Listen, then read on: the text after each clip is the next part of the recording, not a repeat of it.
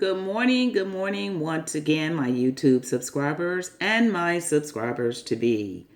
I'm your host, Josie Latimer, coming to you once again today on a Wednesday morning to bring to you more about the murder of Mackenzie Lueck. This murder suspect, the nerve of him to murder someone after writing a book that was sold on Amazon's website. The book title was called Forged Identity in 2018. Forged Identity, which means this man here was just crazy from the very start because he killed Mackenzie like a year later. This book was in 2018.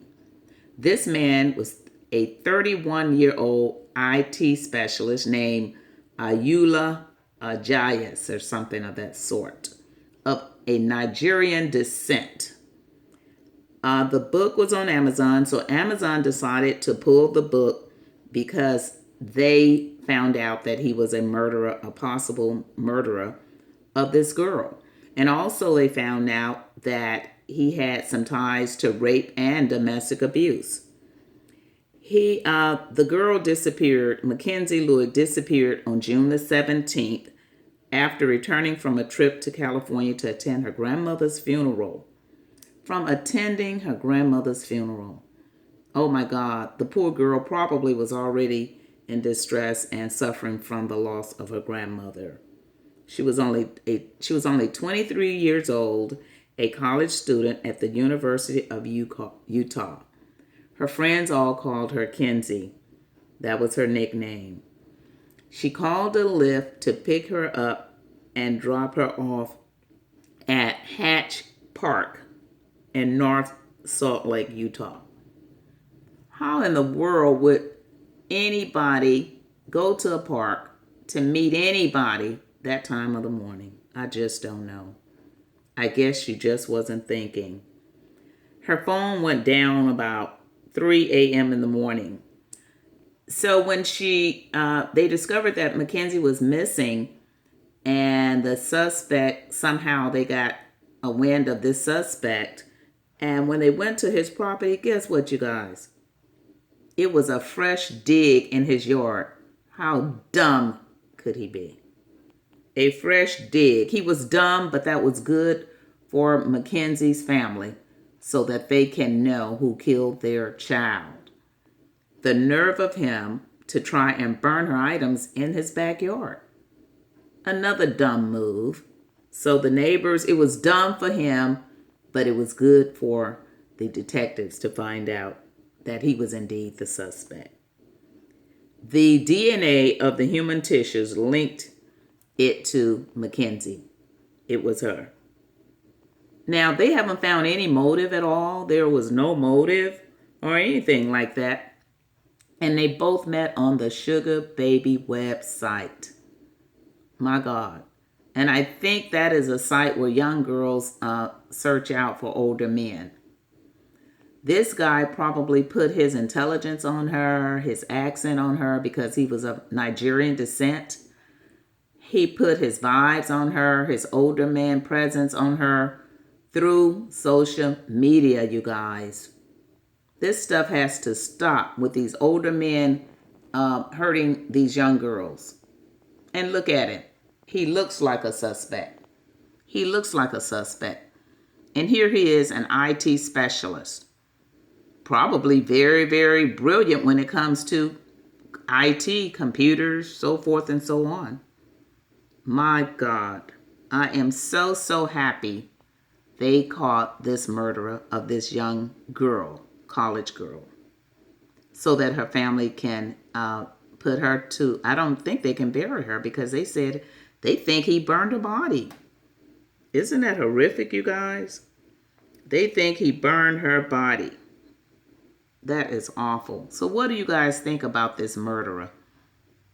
I think they should lock him up and throw away the key and make him suffer long term. That is so sad. And another thing, as I said in my earlier videos, you guys, is that the Lyft driver, whoever that driver was, he should have at least let that man, gave him eye contact and let him know, I see you. I see her getting in your car. I mean, don't just run to the next job for money. Sometimes it's not all about the money, because now that Lyft driver may feel guilty because he didn't do what I'm saying. There is no way, if I was a Lyft driver and I'm dropping a young person off at a park that time of the morning and see this person hop in another car without giving that person who she hopped in the car with eye contact or some form of gesture or a pen in my hand as if I'm writing down the license plate. And also, Mackenzie didn't know. You never, ever, I tell all young people, you let people know where you're going. You let them know who you're with. I don't care what. Maybe she didn't want her parents to know she was meeting a Nigerian. And he didn't want her parents to know where he lived. And you know why I say that? Because why did he tell her to meet him at the park?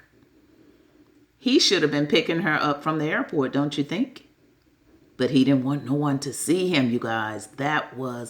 He thought he was slick. He didn't want anyone to see him, and he know how the Lyft drivers are, because those people run to the next job. They just want the money. They're on a hustle. So they'll drop you off and they'll speed off without even looking back. And he knew that. He didn't want to give her his house address so that the police, if he did kill her, they would know exactly where he lived. Because when they made the arrangements to meet up, she should have said, actually, send me your license and your ID so that I could leave it behind with someone. But she didn't know any better. She did not know any better. She was a young girl. But I was taught that as a kid. Get their ID, do a background search, and tell them someone knows where I am going. Give me your address. Pick me up at the airport. There is no way any young girl or any woman or anybody, if you're going to meet someone, you make them pick you up at the airport so the airport cameras can catch them, so everyone can see who you're with. I feel so sorry that this happened to her because she did not know any better. She didn't know any better. Because it was similar to a case where, remember, the girl just hopped in a car. She didn't take her time. She was leaving a bar, the young girl. And that person pretended that he was an Uber driver. You remember that? And he attacked her in that car. So these young girls just jump to anything. And you just can't do that, young ladies. Even older women that's searching out for young men. Young men are taking the older women just like the older men are raping these young girls and killing them. This world is something else. So people, watch out. Watch all around you at all times. Trust no man. The dollar bill tells you, in God we trust. And what that is saying, trust no man, only trust in God. Because people will let you down every single time. And I am so happy they pulled this book off of Amazon website. It was called The Forged Identity. And in the book, he was talking about something similar to murder and this and that, and how do you get rid of a victim's body. And so all this stuff was in his mind the entire time. And I heard that other women were coming in and out of his property prior to the time that he brought Mackenzie to his house. I bet as soon as Mackenzie got in his car, she felt eerie about him. But at that point, it was too late. My God, my God, my God. He just really, really, really probably angered the Nigerian people. Because he's making a bad rep on their name. That is so, so sad. So what do you guys think about this Nigerian guy attacking this little girl? What do you think? I just think it's horrible. And I know she didn't know any better. Otherwise, I would have been saying, if she was a black girl, She would have been saying, you better pick me up at the airport.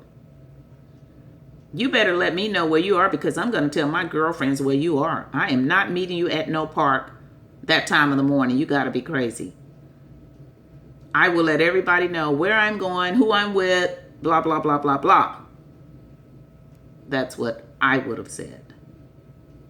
But she was innocent. She didn't know any better. She was a college student.